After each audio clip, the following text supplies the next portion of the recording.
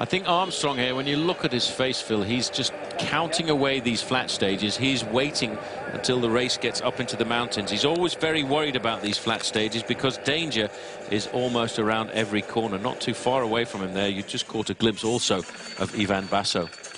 Yes, Basso's had his ups and downs today, but he's safe again at the moment as they continue to set the pace here.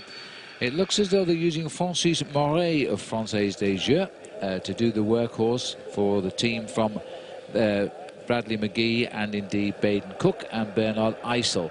I reckon those three will get together for the sprint and try to deliver Cookie to the line for a change. He hasn't really done a lot in the sprints. He's been caught out of position every time so far, out of the 2 attempts he's had, of course. There it is, 25 kilometres to go, Paul. We've talked about it. Now it's going to become a reality, I think. This pack is going to come together, and we've got that problem with the corner at about 600 metres or less to go. It's going to be pretty scary the last 4 or 5 kilometres. There's a big traffic island around about 3 kilometres to go, and although on the race Bible it doesn't look that precarious, driving in this morning I thought it was rather a dodgy little run in. The road is very narrow, not much more than 7 metres wide, and that bend at around about 500 metres to go is pretty shady. 20 seconds the gap, and these boys are scurrying. The kilometres are still ticking off. 18 seconds it is now. They're not going to ease, and as soon as they look like being caught, wait for somebody to launch an attack. Here's the look over the shoulder. Laszlo Bedrogi doesn't look at all out of breath, and he's been in the lead for about 125 kilometres today. It's pretty much over now, Phil. Once you look over like that and you see the main field going, all of the morale goes, all of the impetus goes.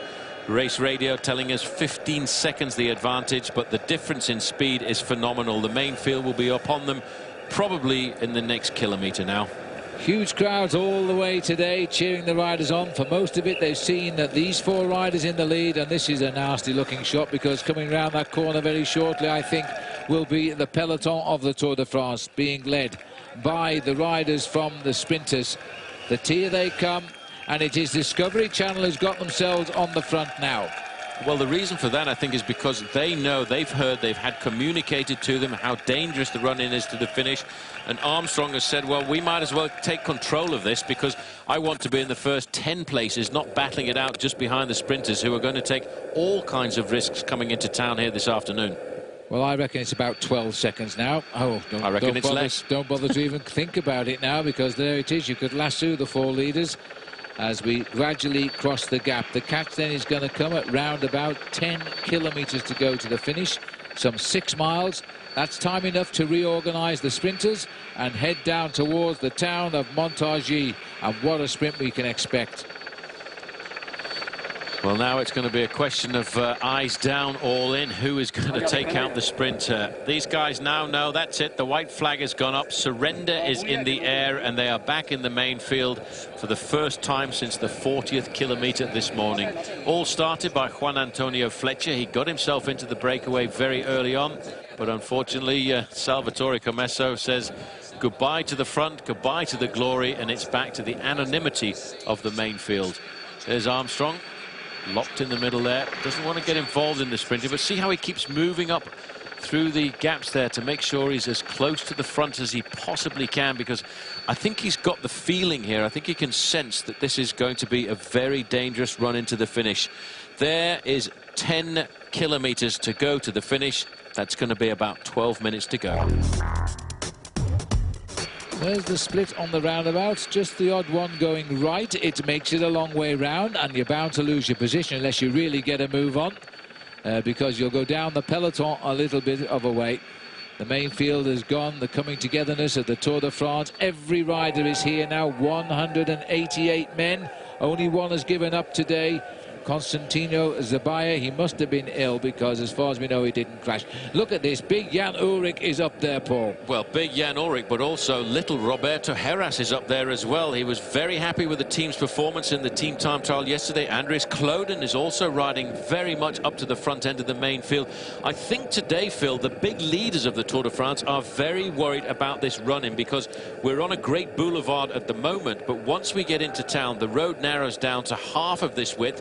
It's around about 7 meters wide, which is certainly not very much for 188 guys to charge through at 50 kilometers an hour. These are not the Lance favourite days. He's off to the right. He hates them. He's scared to death of them, if the truth were known, because these can take away a win in the Tour de France through no fault of your own.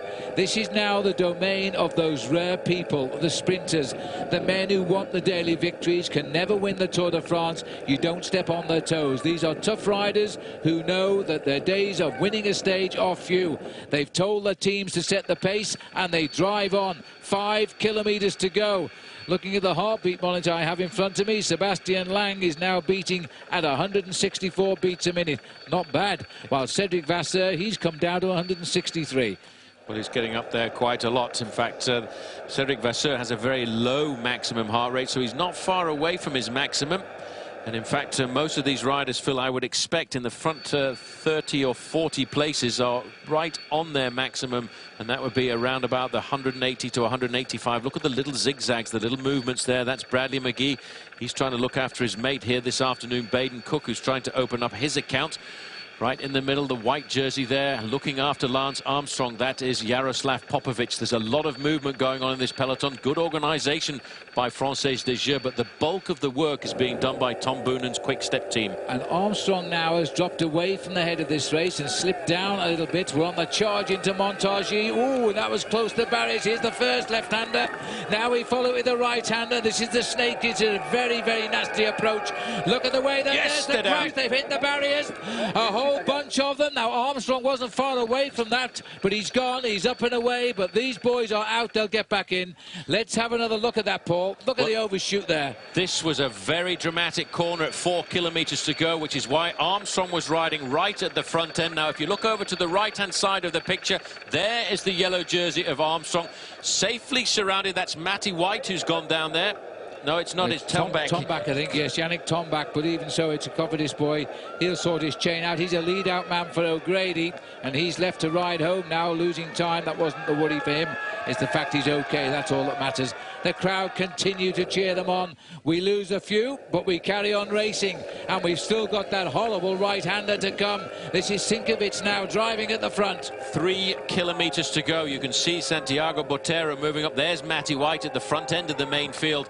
He really does look like Tombak on his bike, but Armstrong is through there safely. So is Jan Ullrich. So is the majority of the other riders who are riding for an overall victory at the end of 3 weeks.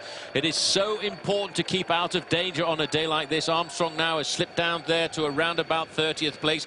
He won't get involved in the scrap and the fighting at the front end to try and win the stage, but over on the left, big organisation in the white jerseys. This is Française des Jeux. They want to try and get Baden Cook up there, and I wonder if Cookie and Bernard Eisel have got themselves sorted out, because over the last couple of days they haven't really known which man to work for. Carlos de Cruz of Française des Jeux leads Matthew White, the Aussie here. They're riding for their team sprinters. It looks as though Française des Jeux, at Bradley McGee in third place, has got themselves a little bit organised. Cookie is sat there about 2 riders back. This could be a good start for FDJ. Well, I can't see Robbie McEwen at all. There over there on the left-hand side, a quick glimpse of the green jersey of Tom Boonen. Now it's up to the turn of Bradley McGee, but no, Matty White says, I've got a bit more in these legs of mine. I'll keep the pace nice and high. I've no idea where Stewie O'Grady is, but he's got to be in this bunch somewhere behind me, so he keeps the pace high. This is the way to keep the sprints nice and safe, to string out the main field. We are now looking at the 1 kilometer to go, Kite, and once they go past their field, they would be lining up for this very dangerous corner at 500 meters to go. And they are now 400 meters from that 1 kilometer, and this is where the dodginess of this stage starts. There's the right-hander. They're absolutely flying through here. We're gently downhill, but they're safe at the moment. Now, anybody who doesn't want to get involved better get out of this one, because we're heading into the narrow streets. There's a cobble section as we head up to the Kite. There's the Kite. 1 kilometer to go. Matty White has swung off. There he is on the right-hand side. Job done for the day. He's looking to see whether Stewie O'Grady's going to come up with the goods. It's Bradley McGee on the front. This is what he wants to do. Cookie's up there into third place, but so too is the green jersey. And there is Tor Hushoff, the Crédit Agricole rider, over on the left-hand side. And still, Phil, I cannot see Robbie McEwen. This is the corner we're talking about. And they made it safely, much to my amazement. They have turned up now. It's an uphill finish, and Baden Cook has got himself right in the place here. Armstrong safe in that back. Watch out for the third wheel, the third man in white. Baden Cook is now second. Here comes the lead out for Tom Boonen. While Cookie hasn't got it, Boonen is tucked over to our left, and he's got the man on his wheel there from Australia. McEwen is behind. This is still the lead out, but it's going to be now for Eisel. But here comes the lead out for Boonen. Boonen goes. McEwen chases him down, and now the green jersey again has hit the front. O'Grady is out of it. Here comes McEwen. He's got the legs this time. Robbie McEwen is forced to the line and takes it. That's revenge for you. Oh, look at that salute by Robbie McEwen. That was not to the crowd. That was to the referees to say, guys, I can win these sprints. That was great revenge for Robbie McEwen after being relegated from third place in their stage into Tours. And what a sprint by Robbie McEwen. We did say, Phil, before the start that he would enjoy that little corner at 500 metres to go. This is when weight perhaps isn't so much, but it was uphill. But this guy can guide himself through a minefield, and he's done that. Look at the face behind on Stuart O'Grady as well. Boy, McEwen does send them at us sometimes, and this was one of his best. Yes, we know, Robbie. It was pretty good, wasn't it? Yeah, I've been feeling fantastic the last few days. Just, first day made a bit of a mistake. Second day got boxed in. It's all been a bit frustrating, especially with the disqualification. But now, I got my stage, and it feels great. It didn't feel right to take the jersey on somebody else's misfortune. But Jean-Marie had other ideas and said, if you don't wear the jersey today, then you're not going to wear any jersey tomorrow. So.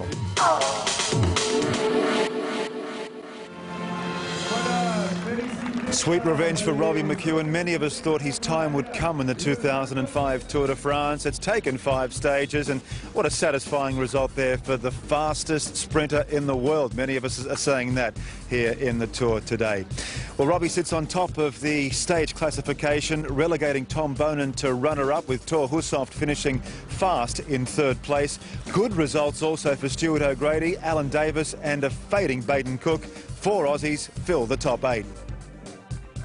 The green jersey competition has Tom Boonen well in front, with Thor Hushovd, Stuart O'Grady in the frame, while McEwen has come into the picture now, although I'm not sure whether he's interested in winning another sprinter's jersey, as the stress is really too much for him these days.